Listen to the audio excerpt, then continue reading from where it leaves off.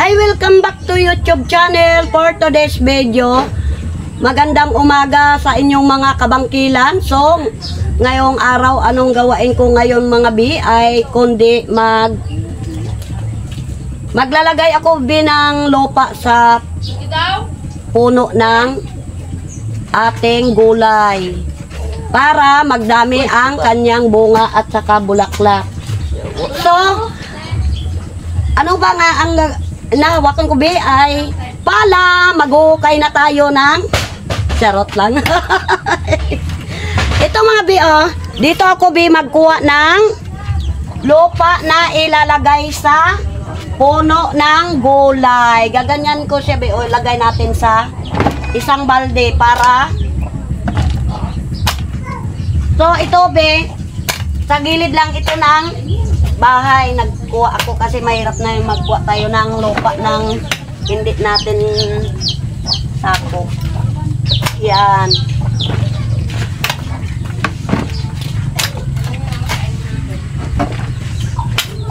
Yan mga kabangkilan. Ang gagawin ko ngayon ay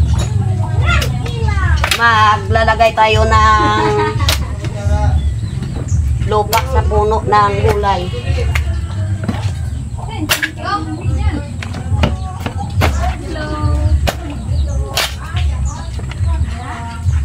So, ayan, bi. Nakalagay na tayo ng lupa sa ating balde. So, bubuhatin natin doon sa kabilang bakod. So, nandito na ako, bi, sa kabilang bakod ko. Kasi nga, be, ang lalagyan ko ito, be, ng lupa ay kalabasan. So, pag itanim, hindi mabuhay. Pero pag nagtalsik, nabubuhay siya, be. Kaya, alagaan natin yung puno niya para maraming bunga. Itong mga bunga niya, be, So, ayan. Ang daming bunga, be. Kaya alagaan natin para magdami ang bunga. Kahit talbos man lang ng kalabasa, ang sarap gugulay. Kaya ito, bi, ayan. Kakamayin lang natin, bi. Tatambakan yung puno ng kalabasa o ako ang tatambakan? Charot lang, bi. So, ayan, bi. Hindi ako nakapunta, be, kay Jopa Dam dahil malayo kasi, be, ang bahay ni Jopa Dam. Nasa 2 barangay kasi ang pagitan bago yung sa kanila. Kaya wala akong motor na maisasakyan. Siyempre malayo nga. Kaya si Kwende busy rin siya sa kanyang TikTok. Kaya ako din, tiyaga rin talaga ako, be, ng magko-content araw-araw. Pag sinundo nila ako dito, sama naman ako. Kasi sila may motor. Si Jo may motor, si James may motor, ako lang ang walang motor. Saan yung boting ko? Kung may bike lang sana ako, be, marunong man ako mag-bike or magmotor, marunong man ako magmotor. So, wala nga tayong motor. Kaya, sinusundo lang ako nila James at ni Jopa Dam. Lalo na ngayon, mga bi, na papunta ng Pistang Patay, ilang araw na lang, Pistang Patay, siyempre, luto-luto ng mga kakanin, kung anong sa Pistang Patay. Kung wala, pasensya, tama lang tayo magsindi ng kandila sa mga puntod ng minamahal sa buhay. Basahan mo. Basahan mo ito. So, ayan mga bio. So, ayan, bi. Mga kabangkilan, lilipat naman tayo. So, ayan, bi, nakikita nyo, bi, yan. sa bakod. Bakod lang ang pagitan, kaya yung kabilang bahay, sabi ko, pag may bunga, di, magpitas lang siya dyan. Pag nandyan sa kanya sa kabila.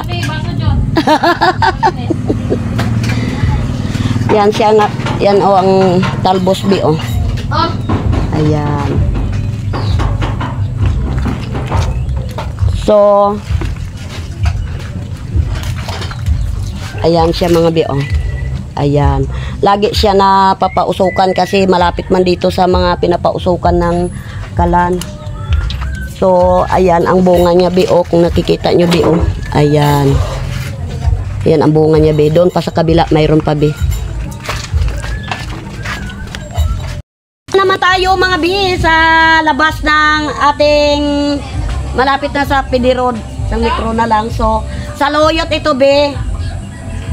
So may naiwan pang lupa be ay lalagyan ko para magtaba, para pag may labong, so may panghalo tayo sa labong, pampadulas. Charot mga be. Ibubuhos natin dito be. Ayan. Para hindi tayo mangingi ng gulay sa kapitbahay. Ayan.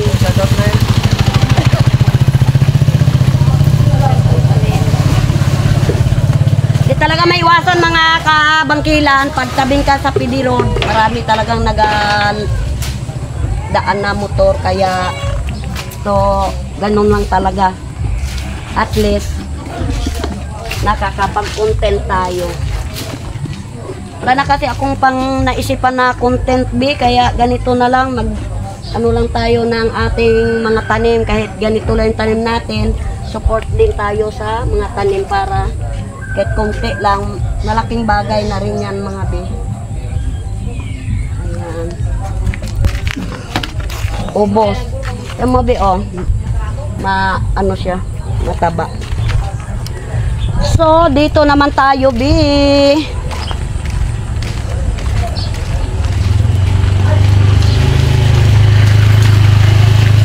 Ating harapan na ano be, lilinisan ko itong kanal be kasi dito ang mga lamok ko nagatambay, kaya kunting linis tayo dahil dito nangingitlog yung mga lamok, kaya kailangan din talaga natin mga kabangkilan na maglinis ng ating harapan. Siyempre malapit na ang Pasko at araw-araw ang mga tao dito dumadaan sa ating harapan. Kaya ganun talaga di mga si Ate Munining Bangkilan.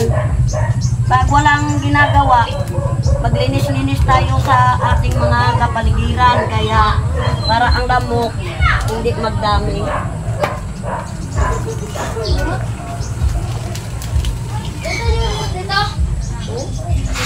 Yung bulaklak ko mga bi ay kundi hindi bulaklak, gulay.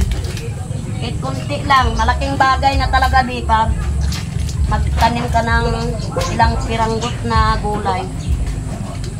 Makapag-subdivide na rin sa pang araw-araw na kahit papaano may gulay.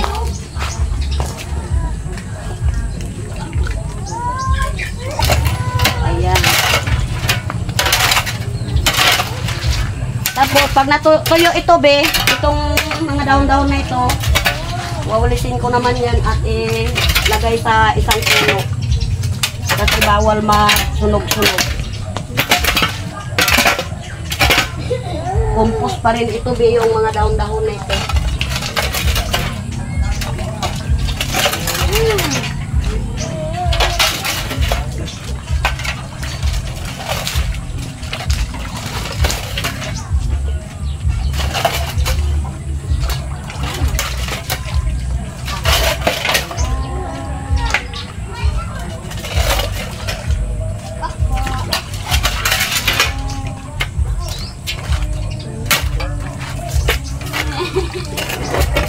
Nung talaga mga kabangkilan ang trabaho ni Ate Munining.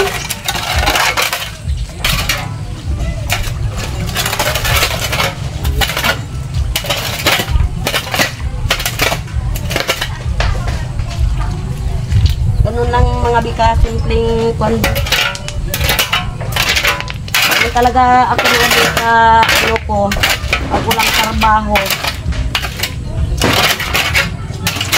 Hindi ka lang linakad.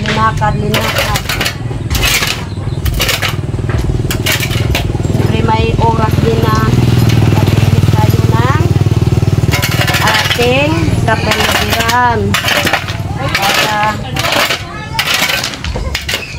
Para tayo sa mga sakit.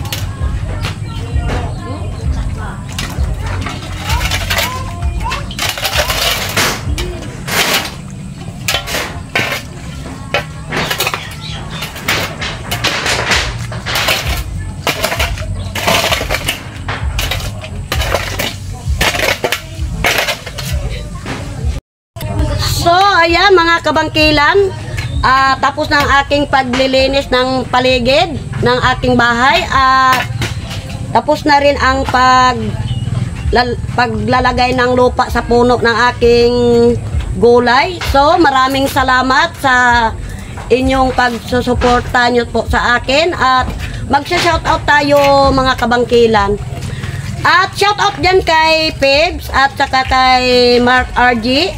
At kay Liza Lubilo, shout out me. At kay James Paul, ayan, shout out me. At nagpapasalamat talaga ako kay James Paul na marami siyang support niya po sa akin na lahat ng mga gamit sa loob bahay. So, at shout out din dyan kay Tita Flor. Ayan, shout out be. At magandang umaga sa inyong lahat dyan. Sister Perez, ayan, shout out. At kay Ining Vlog. At shout out na lang dyan sa mga anak ko dyan sa Pampanga. At yung babae kong anak. So, shout out. At ingat po tayo mga bisa, mga panahon ngayon na grabe nag-iiba ang panahon natin ngayon. Mainit, grabing init bago magbiglang magkulimlim. So, maraming salamat sa inyong lahat sa mga nagsusuporta nyo po sa akin araw-araw at sa pagpapanood nyo sa aking YouTube channel. At huwag po kayo mag-skip ng ad sa akin at kay James at kay Jo. At nagpapasalamat din talaga ako mga bisa inyo sa mga nagsusupport po sa akin at lalo sa nanay ni James.